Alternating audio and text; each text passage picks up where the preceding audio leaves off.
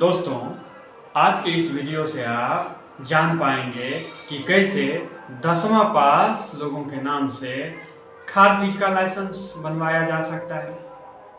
हाँ, 10वां पास लोगों के नाम से खाद बीज का लाइसेंस। विश्वास नहीं हो रहा है? वीडियो को आखिरी तक देखिए, करारा जवाब मिलेगा।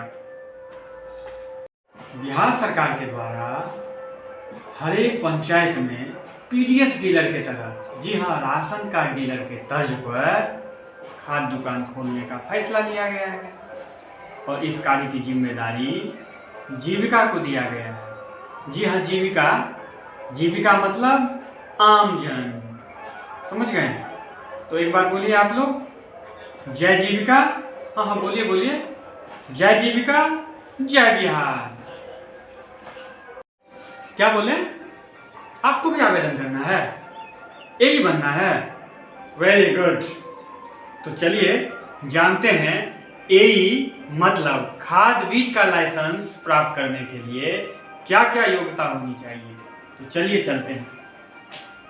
दोस्तों, अपने मोबाइल के स्क्रीन पर हम आ चुके हैं। ये देखिए, बिहार सरकार के द्वारा जो जीविका को इतनी बड़ी जिम्मेदारी हर एक पंचायत में एई के रूप में खाद दुकान खुलवाने का जो आदेश दिया है, उसके रिगार्डिंग जीविका 2297 ऑफिस ऑर्डर संख्या निकाल चुका है।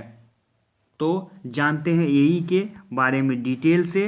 तो इस ऑफिस ऑर्डर संख्या में है गाइडलाइंस फॉर एग्री एंटरप्रेन्योर, मतलब एई, मतलब खाद दुकान जो खोलेगा उसी को एई कहेंगे, उसी के बारे में है। दोस्तों, ऑफिस ऑर्डर के हिंदी वाले पेज पे हम आ चुके हैं। चलिए योग्यता देखते हैं एई के लिए क्या सब है। पहला है स्वयं सहायता समूह से जुड़ी होनी चाहिए या स्वयं सहायता समूह के सदस्य के रिश्तेदार होना चाहिए। ठीक है। दूसरा जो है वो 10वीं पास होना चाहिए। समझ रहे हैं? शुरू से हम बोल रहे हैं जो मैट्रिक पास लोगों को मिलेगा खाद दुकान का लाइसेंस। तो जी हाँ, कितना होना चाहिए? मैट्रिक पास होना चाहिए। ठीक है। उसके बाद है आयु सीमा जो है 21 वर्ष से कम और 45 वर्ष से ज़्यादा नहीं होना चाहिए। ठीक है दोस्तों, मतलब अभी तो मैं जवान हूँ, समझें? मतलब 21 और 45 के बीच होना चाहिए। उसके बाद है थोड़ी बहुत खेती की जानकारी होनी चाहिए। उसके बाद है स्थानीय भाषा की जानकारी होना चाहिए। तो भैया आप लोग तो सब जान ही रहे हैं, कोई यहाँ अंग्रेज का थूक नहीं चाट रहा है। का हम सही बोल रहे हैं ना? सबको स्थानीय भाषा आता ही है। चलिए आगे चलते हैं। आगे है अपने सेवा क्षेत्र में प्रशिक्षण, क्षेत्र निरीक्षण, प्रदर्शन के लिए मानसिक और शारीरिक रूप से स्वस्थ होना चाहिए। मतलब आवेदनकर्ता को मानसिक और शारीरिक रूप से स्वस्थ होना चाहिए। ये तो इस बात से हम जान ही रहे हैं कि आप कितने अच्छे से इस वीडियो को देख रहे हैं, तो आप स्वस्थ जरूर होंगे। तो दोस्तों, इसी बात पे एक लाइक तो बनती है। कृपया लाइक कर दें वीडियो को, हो सके तो शेयर कर दें। चलिए दोस्तों आगे चलते हैं। आगे लिखा हुआ है व्यवसाय के लिए पुस्तक रिकॉर्ड बनाए रखने के लिए बुनियादी क्षमता होना चाहिए। कहने का मतलब है थोड़ा बहुत लिखने पढ़ने का ज्ञान होना चाहिए। तो आजकल इतना तो सबको रहता है। क्या MIS में डाटा दर्ज करने के लिए कंप्यूटर, POS मशीन, मोबाइल आदि को संभालने के लिए तैयार होना चाहिए। अरे भैया, कंप्यूटर मोबाइल तो सबको आ रहा है आजकल चलाने के लिए, तब ना इंस्टा चलता है और धक्का व्हाट्सएप पे स्टेटस लगता है और रीलो बनता है जी। का आप भी रील बनाते हैं ना? सब पता है हमको। चलिए आगे चलते हैं। अतीत में वित्तीय धोखाधड़ी का कोई मामला नहीं होना चाहिए। कहने का मतलब है जो पहले आप कोई पैसवा का धोखाधड़ी तो नहीं ना किए हैं, जो केस उसको ही कर दिया है, ऐसा बात नहीं होना चाहिए। उसके बाद है उम्मीदवार के पास आधार, पैन और सक्षम अधिकारी से विधिवत हस्ताक्षरित चरित्र प्रमाण पत्र होना चाहिए। इसी चरित्र प्रमाण पत्र को कैरेक्टर बोलते हैं। तो आधार, पैन के अलावा कैरेक्टर सर्टिफिकेट भी आवेदक को होना चाहिए। चयन प्रक्रिया देख लेते हैं हम लोग। चयन प्रक्रिया में क्या सब है।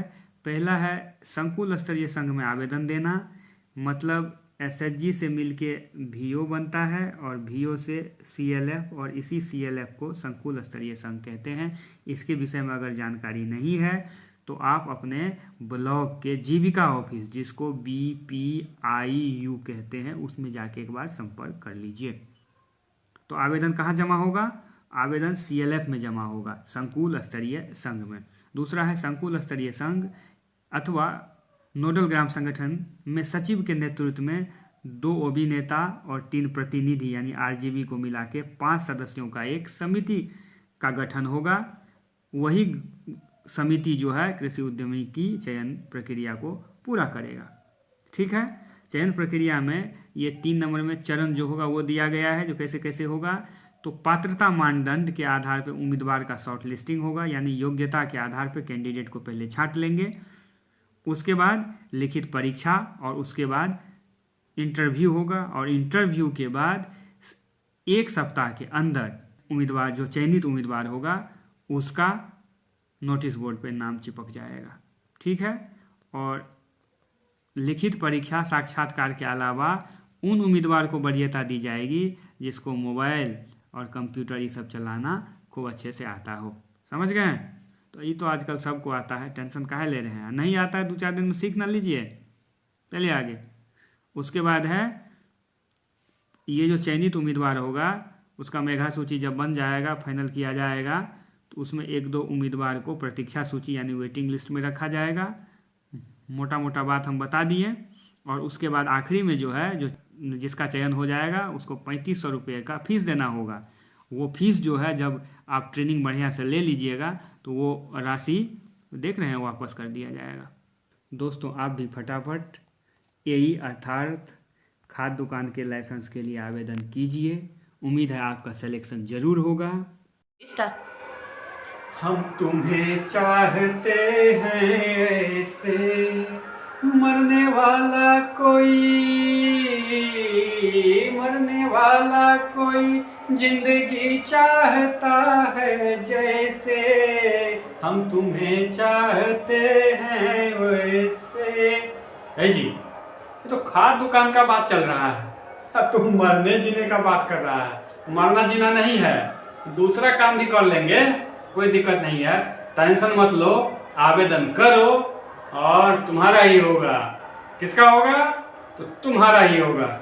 तो चलिए दोस्तों, वीडियो को समाप्त करते हैं। वीडियो अगर अच्छा लगे तो लाइक कीजिए, सब्सक्राइब कीजिए और शेयर कीजिए। जय हिंद।